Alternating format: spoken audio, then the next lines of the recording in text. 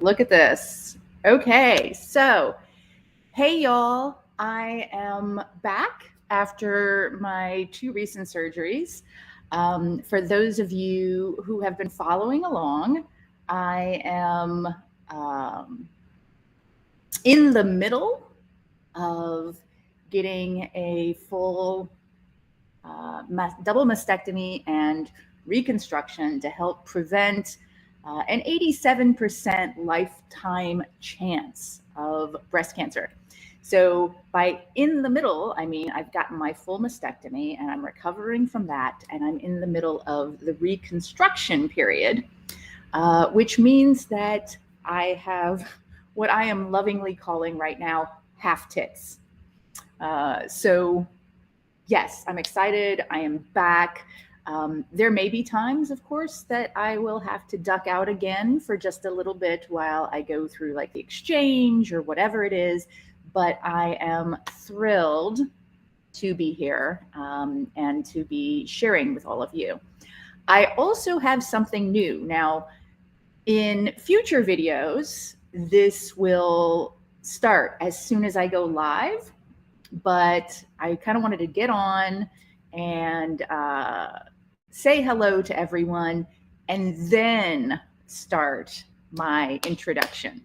So let's go ahead and get that going now, if I can. So, also, I am on a new live streaming platform. I am testing it and seeing how it works.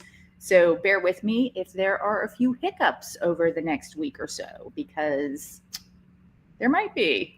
Yeah, anyway.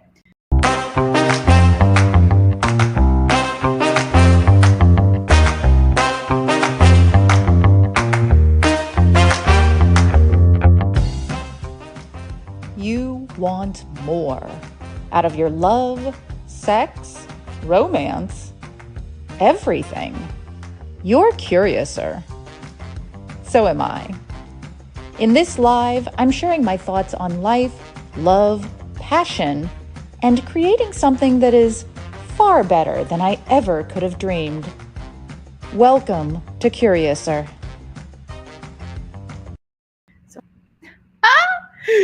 Oh my gosh, I am so very geeked about that. Yeah, I know. I know. It's the little things. So drop a note in the chat. Let me know what you thought of it. Um, I'm excited about it. Like, it's kind of dorky, but yeah, bear with me. Anyway, so hi. For those of you who don't know me, I'm Heather, also known as Nookie. In addition to living my amazing personal life full of love, sex, passion, and exploration, I write books, teach workshops, and offer coaching for better love, sex, romance, and kink for people of all genders, relationship statuses, orientations, and more. So, hey, today I'm talking about why I think that if you want more love in your life and better dating experiences, you need to get curious about people. In the description for this event, I say, don't get invested in your dating, get curious. So, we're going to start off with the definition of invest.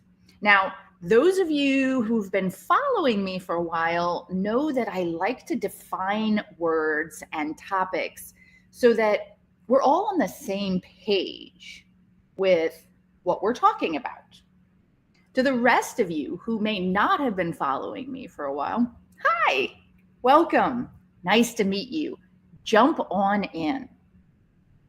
So, and oh, by the way, I absolutely keep an eye on the chat. So post comments, post questions. I love that you're enjoying the little introduction. Thank you so much. I worked so hard on that. And if you have questions, post them in there. I am happy to answer as we go. So, invest, provide or endow someone or something with a particular quality or attribute. Let's think about that. Like, you're essentially saying, hey, this person is fill in the blank, right? Which, from my perspective and the argument, for lack of a better term, that I'm going to be making today, that is the last thing you want to do when you're dating. Because you might be wrong. And then you're interacting with somebody as this person when they are actually that person, right? At the very least, by saying this person is that person, you're going to blind yourself to things that might be really important, even when they are shown to you clear as freaking day, right? And worst case scenario, you're going to find yourself in a relationship or situationship going down a horribly wrong path and even taking a dangerous turn. So I say, get curious about people. What is curious? Well, it's marked by a desire to investigate and learn. And it's marked by inquisitive interest in others' concerns. So when you get curious about people, you're opening yourself up to the possibility that anything could be true, right? And you can actually enjoy the process of getting to know people and dating them without the weight or frustration of trying to fit them in a specific box, right? This live is inspired, at least in part, by one of my blog writings. Are you relationshiping your dating? And that is linked in the description because I think it's important. And here's the thing, dating is about finding a good partner, a good long-term partner in some cases. It's true. However, dating is not necessarily the long-term relationship itself, right? It's even got its own word, dating. Because dating is what I consider to be a huge, critical step in the relationship process. It's not only the get to know you step, right? Because a lot of people think, oh, I'm going to date this person until I know them, and then we're going to relationship. But dating is more than that. It's also the have lots of fun and explore this human and the world with this human together step. And to me, that fun part is the most critical. Like, how do y'all feel about this? Y'all want to have fun with your partners? Because I personally feel like having fun together is not only good, it is a foundation of a relationship, right? And if you do make it to some sort of long-term relationship, building fun memories is going to be, it's building the buffer that you need, right? It's forming a foundation of shared experiences that you can build love, laughter, and even more fun on in the future, right? And if you don't make it to that long-term relationship, or you get part of the way through and you find out that maybe you're not a great fit, or they are aren't the right person for you, or it's just not going to work for whatever reason, at least you still had fun, right? Or if the dates that you had are really bad, right? And hopefully you didn't have more than one really bad date with the same person, then you'll have those amazing worst dates I ever had stories to share with your friends and your eventual match or matches when you finally connect, right? And going along with this, that shopping list that you have to check off before you even go on a date, well, I mean, that's a great guideline, sure. However, sometimes things aren't exactly what they seem. So it's worth keeping an open mind. It's worth being curious and looking for what you can learn about people, right? So I'm going to talk about 4 stages of dating.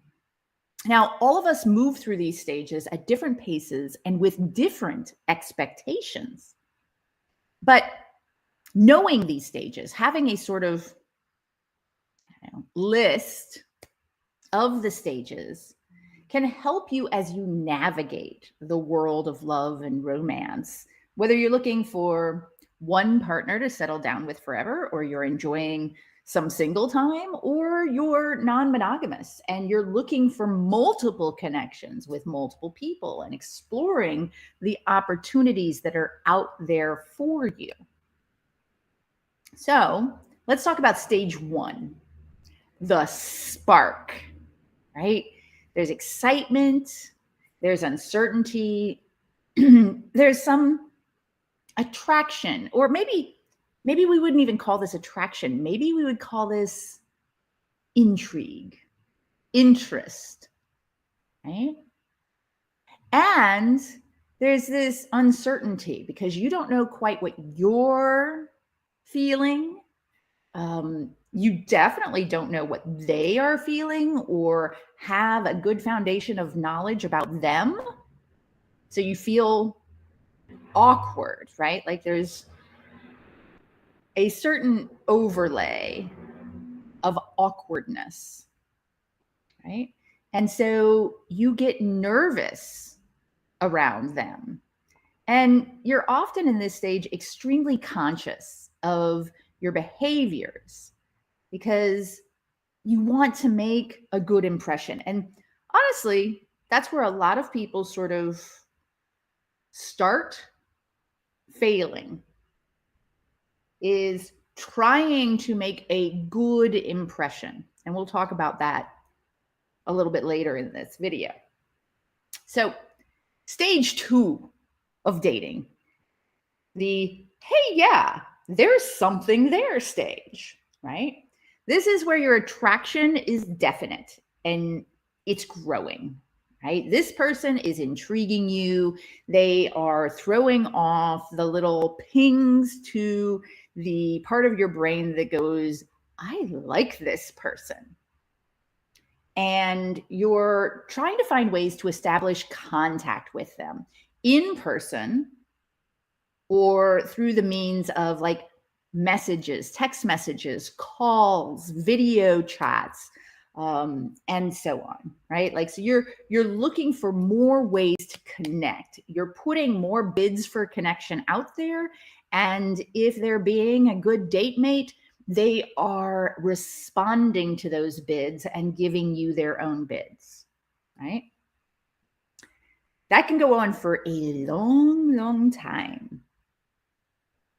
Stage 3, this is the so what are we stage. For me, this stage tends to come organically and naturally at about the 18 to 24 month mark. I have found that most people I've dated actually sort of like want to bring this stage into play at about 6 weeks. So the timing for people on these stages is going to be radically different, right? So the what are we stage is what I call intentional negotiations, right? This is when we're saying, okay, we are definitely liking each other. We are definitely planning on spending this time together moving forward into the future and possibly creating more time together. And this is where both people are individually assessing their emotions and their mental state in the relationship. And talking about the possibility of a romantic future together, moving towards being in a more intimate partnership. Now, by intimate partnership, I don't mean having sex or not having sex. You could be having sex from day one. I mean creating what I would consider a partnership or a collaboration on what you might want a future relationship or even situationship to look like, right? More time to explore things together. Do you want to stay where you are and keep things going exactly as they are? Or in this stage, you might even be talking about moving on and separating from each other, or even de escalating for reasons. And in the negotiation stage, you might also be talking about what are we willing to take on as responsibilities and give as potential expectations in this part of the relationship. And for me, that is a big step, right? It's one of the reasons I push that off so far in my relationships, because I'm spending those first 2 stages being curious and trying to learn more. And then step 4 is, or stage 4 is the actual intimate partnership itself, which includes, generally speaking, a declaration of some sort of intimate feelings by both partners. And it can include the beginning stages of another or different relationship. Dating, even though this is a common misconception, does not have to end just because you might be starting a different type of relationship. In fact, for me, dating does not end in my relationships. Okay, so I'm in a long-term relationship, 9.5 years or thereabouts, almost 10 years now. And we've never stopped dating. We plan dates for each other. If time goes by and we have gotten into the routine of everyday life, one or the other of us will say, hey, I think it's time for a date night, right? And we might plan it together. We might hand it off to the other person or assign it to the other person and create something that is special just for the two of us. Time for us to be together. So I'm about to go into some of the things I'm going to be talking about when it comes to getting curious about other people. If you have any questions about what I've said so far, pop it into the chat. I'm happy to answer, of course.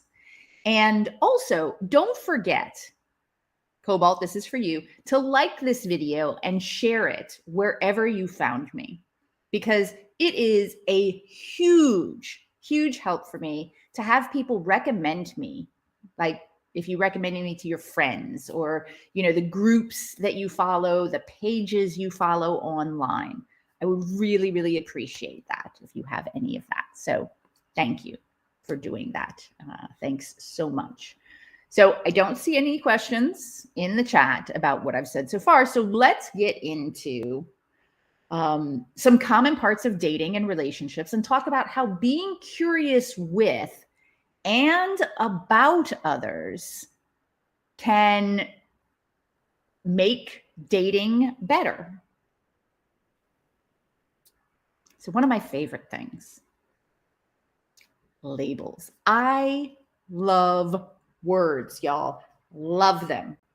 You're going to hear me, like you've already heard me in just this video. I like to define words. I like to say when I don't have the exact word that I would love. So I say, for lack of a better word, words are life to me, right? And labels are like one word or a few word shortcuts to a whole lot of words, right? When you say, I'm dating someone, you are essentially saying to another person that I am seeing this person. I am setting aside intentional time to spend with this person.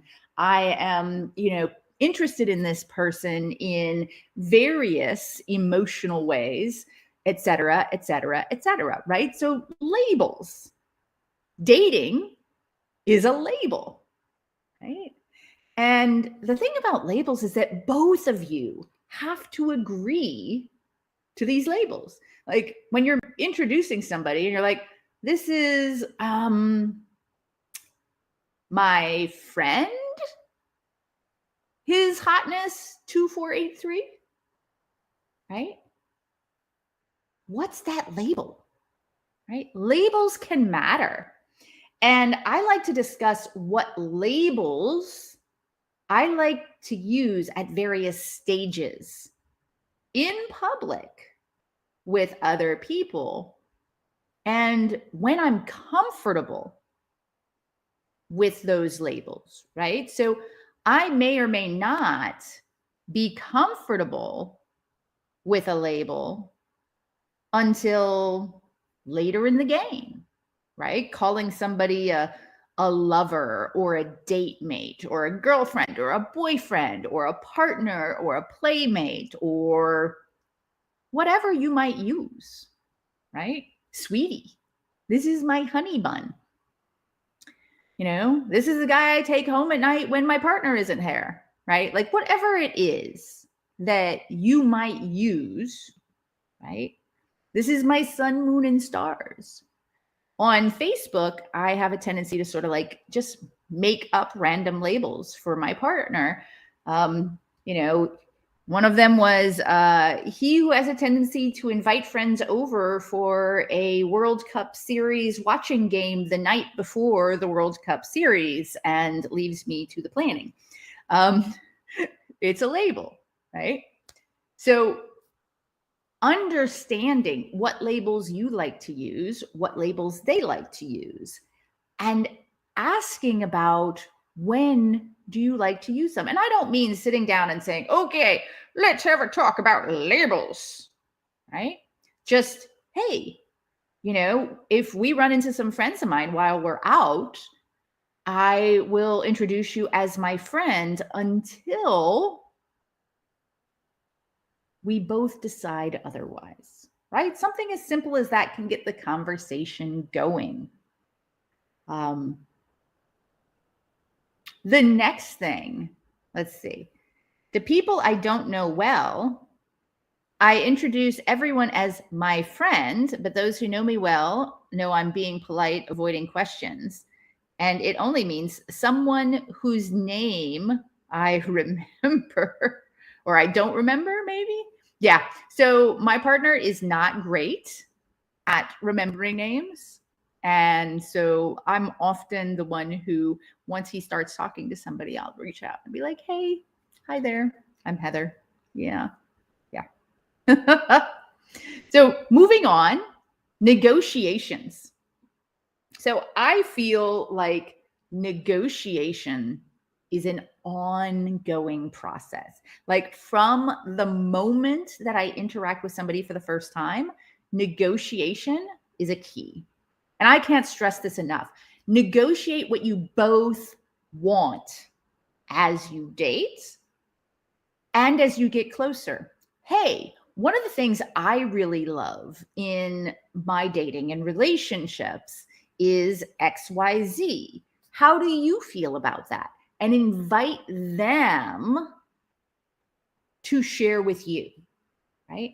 And I've talked about this before. I've done an entire video on negotiating your relationships for the sweet spot. And I'll probably create a series for that very specific thing, because I cannot emphasize enough how important the organic negotiation and making negotiation a part of, maybe not every interaction, but making every interaction open to some sort of negotiation and communication, right? Cosmopolite says, I get really stressed not defining a relationship. I like to know where I stand with someone at all times. And we're going to talk about that. And of course, every single person is unique. So that would be something you could say during the negotiation. Like, hey, while we are navigating this dating or this situationship, it's helpful to me to know where we stand.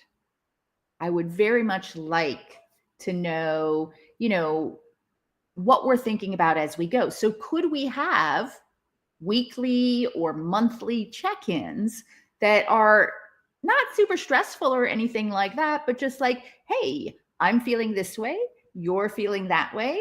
Let's set up a couple of like labels and or boundaries and move forward, right? See if they are on board for something like that, right? Making plans together. Whew. So as you begin to make plans with each other, not just for like the next date, but something like, hey, maybe this spring we could get a cabin in the mountains and go hiking together for a couple of days or over a weekend. That can signal that you're creating something deeper. But,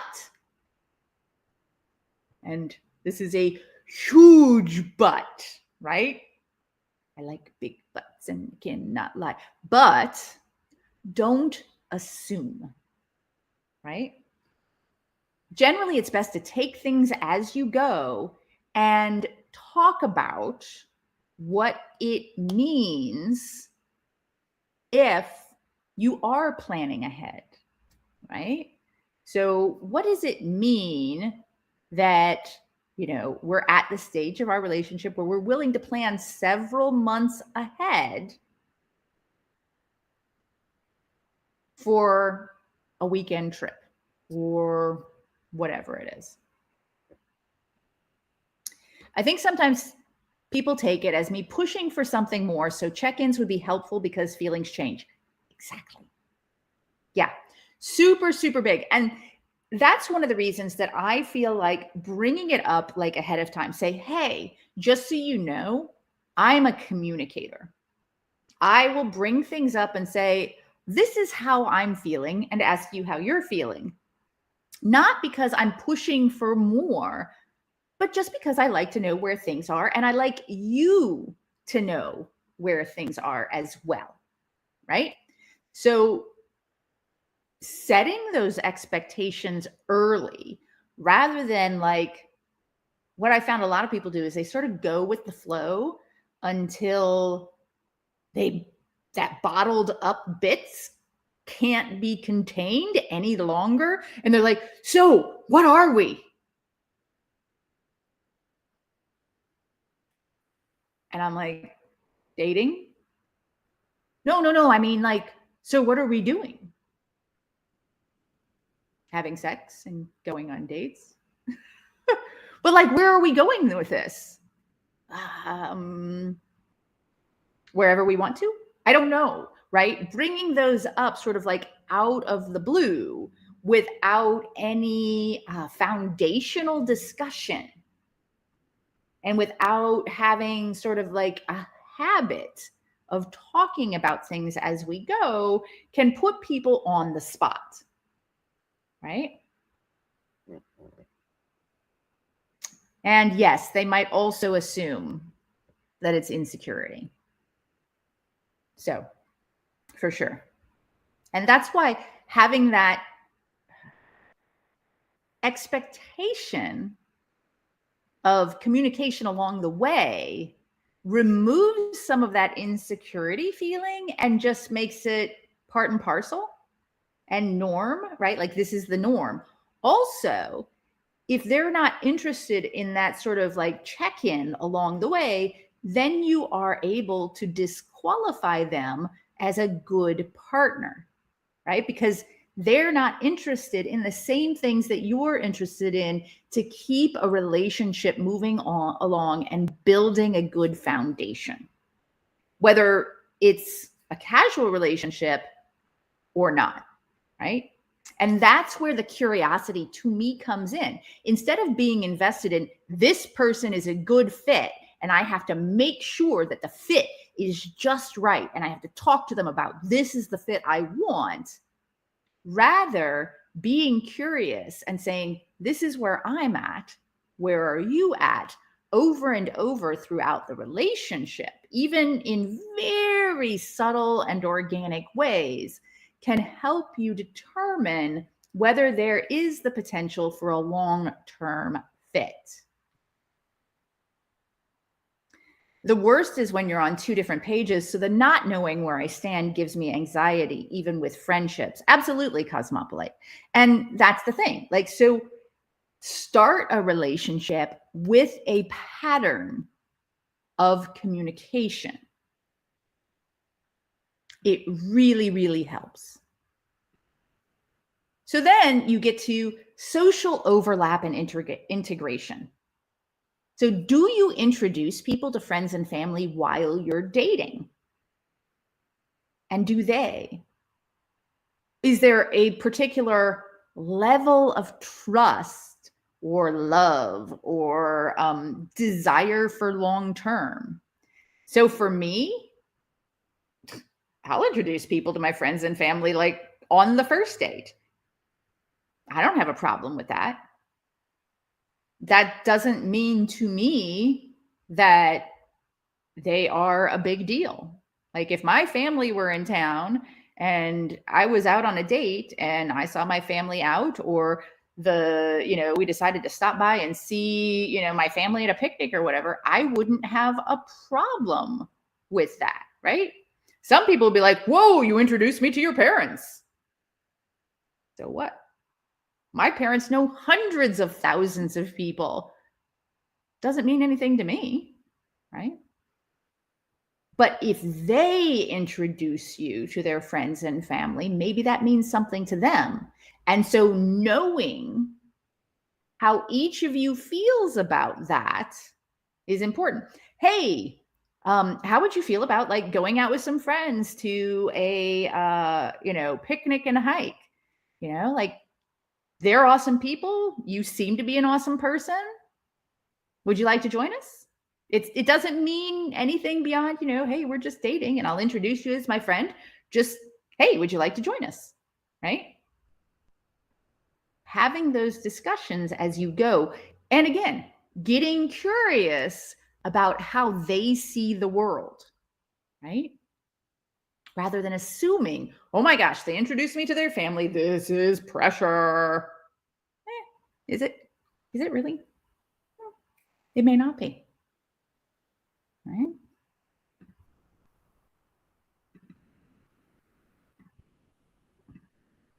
Cosmopolite, aka I don't do well with people who don't want to communicate about these things. I don't do well with people who don't want to communicate, period. And that's a big part of my curiosity. When I'm dating somebody for that first year and a half to 2 years, all I'm doing is I'm living my life and integrating them into it in the ways they fit. I'm not trying to force it. I'm not trying to put them in a box. I'm not trying to make them into a partner. I am simply being me and communicating the way that I communicate and stating up front this, that, and the other thing and seeing how it works out. And I'm not invested.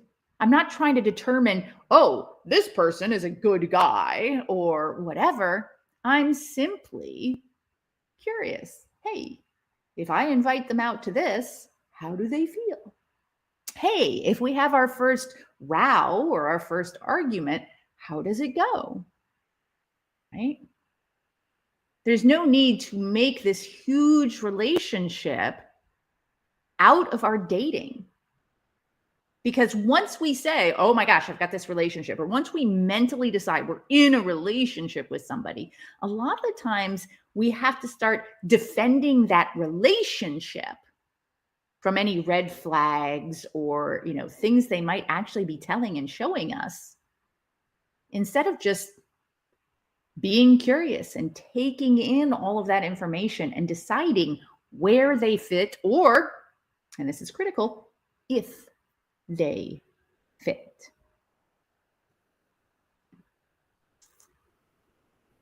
Trust. Do you trust them? Like, really, ask yourself that question. Do you trust them? Are they there for you when you need them?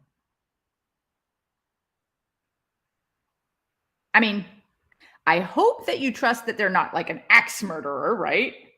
But if you get a flat somewhere that they could help, do you trust that they will? Have they shown you that you can rely on them as a good friend? Or as well as like for potentially more than just a good friend? Right? Do you trust them? Celine, who I think I saw you in there somewhere, she may or may not still be here. Celine, I asked her one time, do you trust this person? And she said, well, I trust them for this, but I don't trust them for that. Right? To me, that would be a friend. Right? That would not be somebody I would continue an intimate relationship with if I cannot trust them for everything that I need, right? For everything that a relationship, a healthy, positive relationship requires. That to me, that is trust with a lowercase t. It means I trust them in an absence of proof, right? They haven't done these things to me.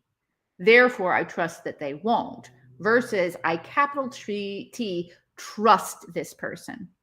For example, as I mentioned earlier before the fancy pants intro, I'm in the middle of a double mastectomy preventative and reconstruction of my breasts. And I capital TRUST my partner. Like going into it, I knew that my partner would be right there. I knew Celine would be right there. I knew that I did not have to worry about anything.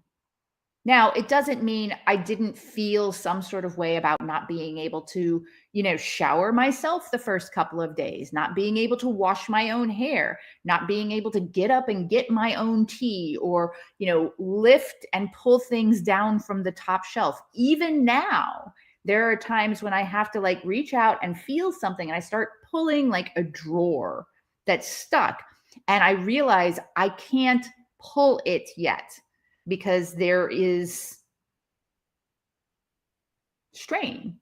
And I have to ask my partner, hey, babe, could you get this for me? I'm not yet at the point where I can put that kind of effort into something. I told him earlier this weekend, I said, hey, I wiped down the counters. There's a couple of places you'll have to go over because I can't scrub yet. The pressure that's necessary to scrub and clean, right? Trust. I can trust him by saying that and knowing he's going to take care of it, right? He's got my back. Now, Celine says, valuable lesson learned in that situation. Yes, right? I can know this about these people, But I cannot trust that. If there is that sort of thinking in my mind, they are not what I would call a good fit for me relationship wise. Right? Does that make sense? Authenticity. Authenticity.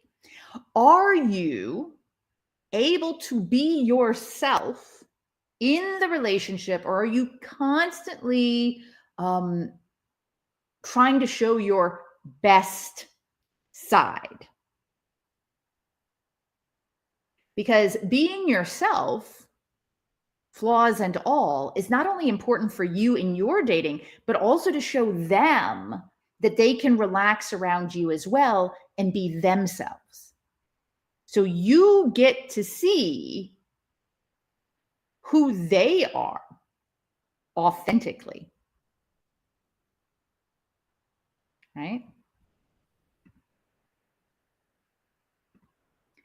To be clear, there was fun to be had, right? Absolutely. And sometimes you might choose that.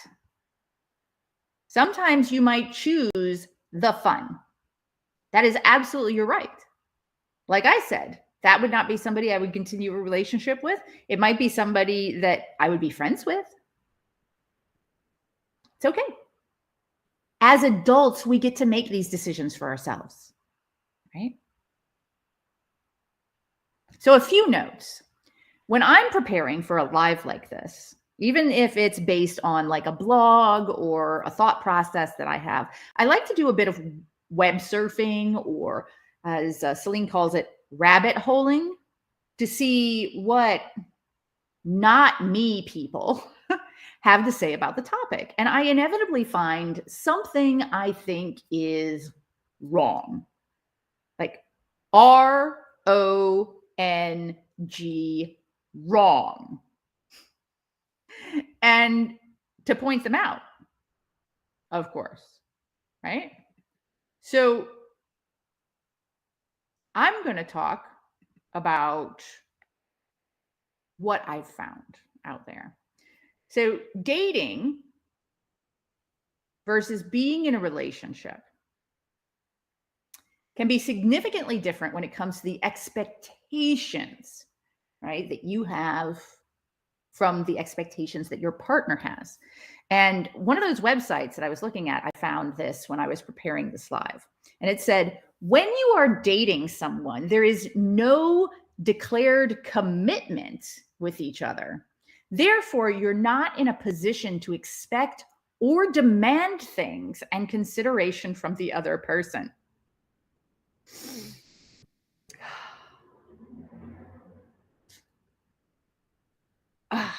Okay, let's take a look at that.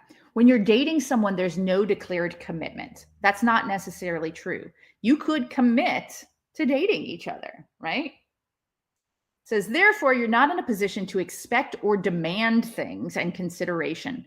Demand? Demand things from another adult human. No.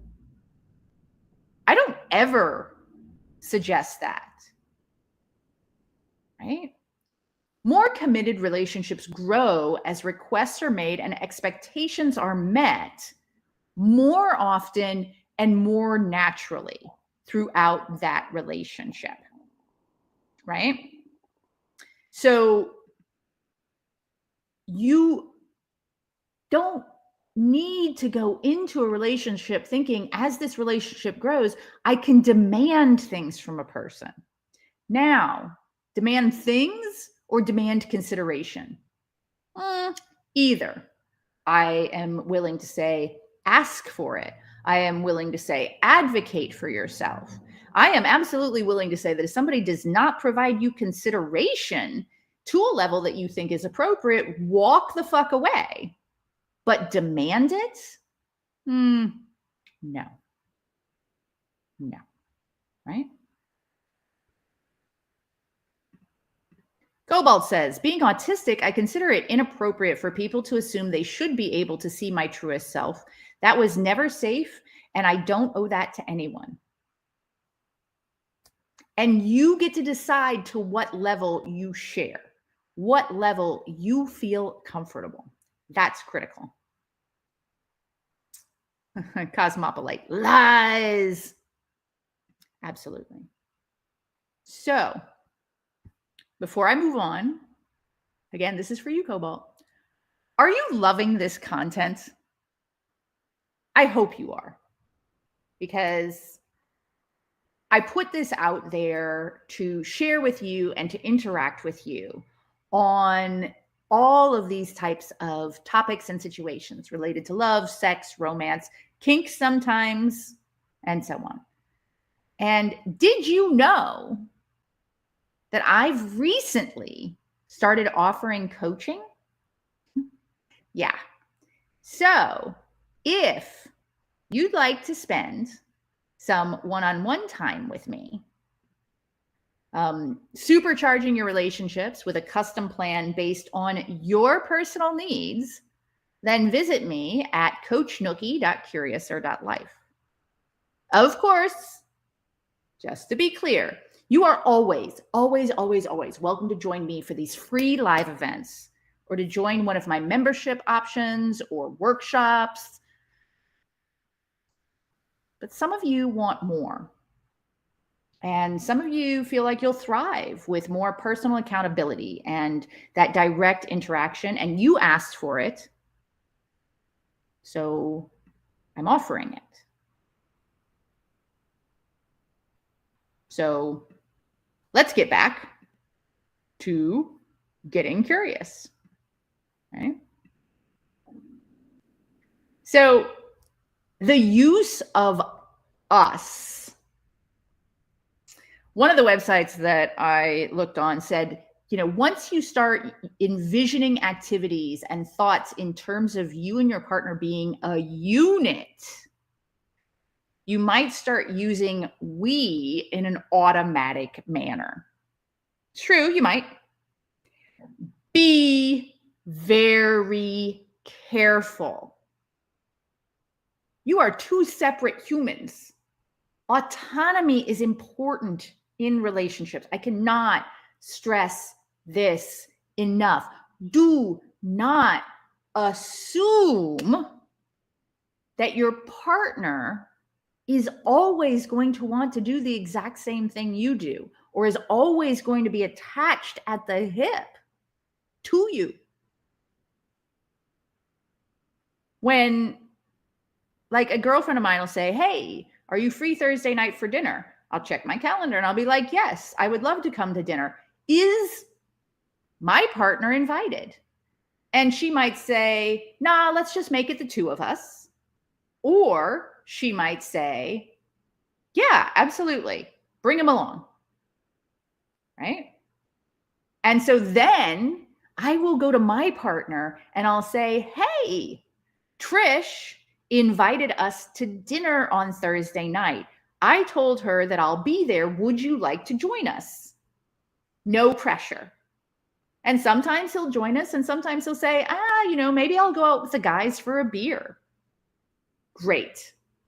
Last night, my partner said, as we were sitting on the couch, relaxing after having some friends over, he says, hey, my friend just sent me a message wondering what I'm doing.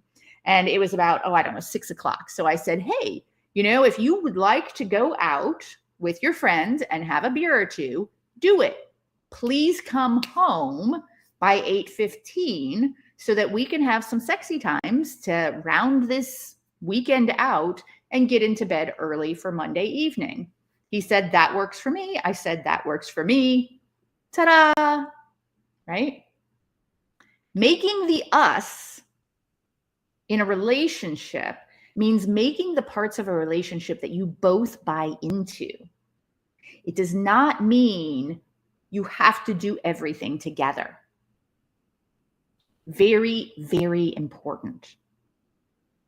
Roger, I enjoy listening to you. I don't always agree, but I still enjoy it. Yeah, absolutely. And nobody is going to always agree with me. because I'm going to talk about things from a very specific perspective. I have an open mind. I'm going to tell you, take what you can and then do your own thing, right? Just think it through. Don't run on automatic pilot, right? I like what you're saying, Jen S says, but it's hard for me to trust. So I screen people majorly. Most of my support is online dating. In person scares me. Have been hurt from failed relationships. Okay, so yes, failed relationships. Here's the thing, and I'm gonna turn this around, Jen. Let's say you've had a bad relationship. When you go into the next relationship, holding those experiences against that person, how do you think they feel about that? So if you get into a relationship with somebody and they say, you know what, I don't trust you because I've had bad experiences, and then they treat you like you are the criminal that their ex was, how would you feel about that? I personally believe it is critically important to go into every relationship being curious about who the person is. So that way you don't have to so much screen people majorly or distrust them. You're not getting invested. To me, that whole it scares me thing is when you're investing before you actually know who the person is, before you've been curious about them for a good period of time and you've shown yourselves and them who you are together, how you react to each other. Does that make sense? Also, dating has this thing, and Cosmopolitus touched on it, stability, right? Dating can feel unstable because you or they or both may be exploring your romantic options with more than one person, right? And since you're just dating, it can seem like there's no security. There may be, there may not be. But feeling secure, security is one reason many people tend to like rush relationships. But rushed relationships are not secure. They just offer an illusion of security. Oh, sure, we can call each other boyfriend and girlfriend, but is there real depth and a good, strong foundation? Because when it comes right down to it, even if you're married, you may not be secure because that person doesn't have the same expectations and agreements that you do, or ethics, right? Only secure relationships are secure. And honestly, you don't always know that a relationship is secure. You learn that through time and experiences, right? And sometimes you're going to think something's secure and it's not going to be. That's the way life is. But if you make the most of your security, if you make the most of your relationship while you're in it, and you're curious about that person and you're going at it like this is an adventure, that's a whole different thing, right? One website that I found when I was doing my research for this said, when you're dating someone, you don't necessarily have to notify the other person in detail about your desire to end the arrangement. However, if you're in a relationship with someone, you have to discuss things with your partner. If you're looking to break up with them, you are answerable to them if you desire to end the relationship. Ugh. Okay, first, no.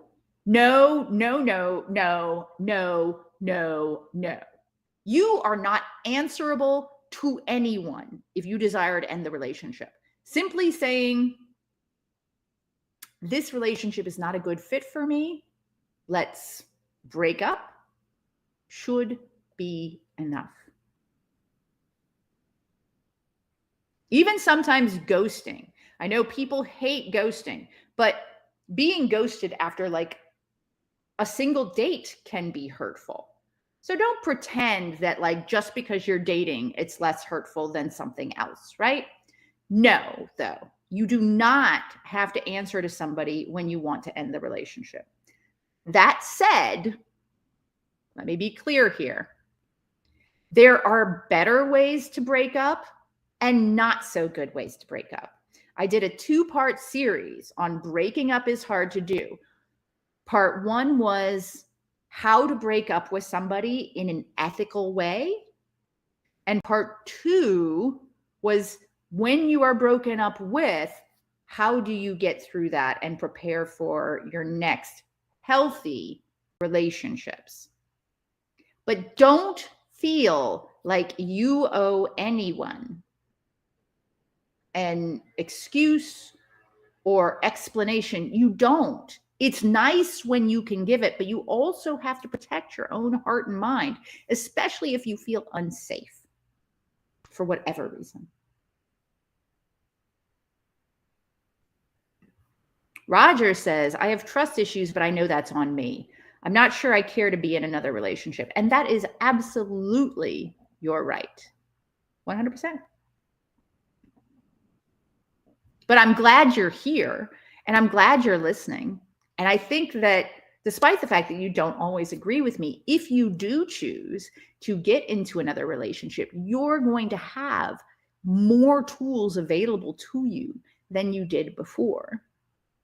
And you're going to be able to communicate better and create a deeper love than you've had. And you're going to be able to protect yourself more while at the same time being more open and authentic. Maybe that's just me with like this huge amount of hubris. It's entirely possible, but that's what I like to think. So in closing, let's turn this around. Being curious and interested in another person in your dating process is all well and good, but what about how it feels when someone is curious and interested in you? When they ask questions and not only listen to your replies, but engage with you in conversation while also sharing themselves. How does that feel? How does it feel when somebody says to you, hey, I'd like to call you this pet name? Does that feel okay with you? Is there something that you'd like to call me? How does it feel when someone says, hey, I'd like to negotiate the amount of time we spend together and make sure that we both feel comfortable and that we're both getting exactly what we need out of this relationship? How does it feel to you when someone says, I'm interested in spending a little bit more time together and deepening our relationship? How about we do a weekend trip together? How does it feel when someone says, I would love to introduce you to my friends, and that means a lot to me? Or, hey, I'd love to introduce you to my friends. I know we're still new at all of this, but I like you and I think they might like you as well. Right? How does it feel when someone gives you trust, even if they've been hurt before? How does it feel to you when someone is being authentic?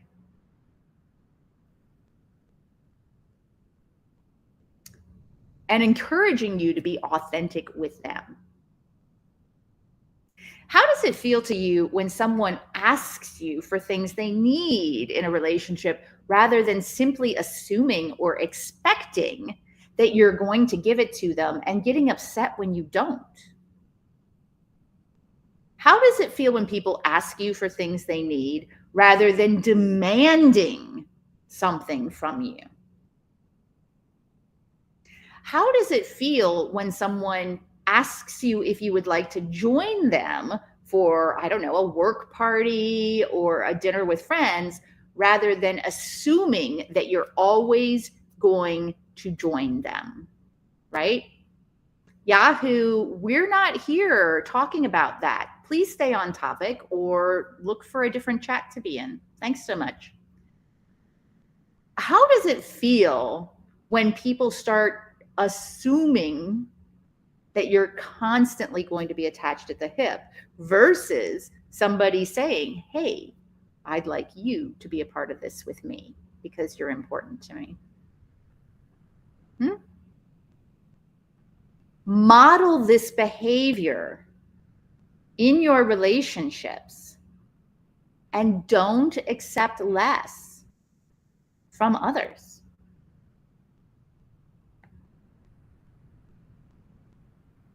It's that simple. Get curious about the people in your life. Find out who they are. And the best part about this is that when you're doing this, you're genuinely connecting with them as people, right? And when they do this for you, you feel seen and connected with for who you are. This is what I talk about when I say boundaries and ethics are two sides of the same coin. Boundaries are how you allow people to treat you and what you look for from them. Ethics are how you treat others and what you give to them.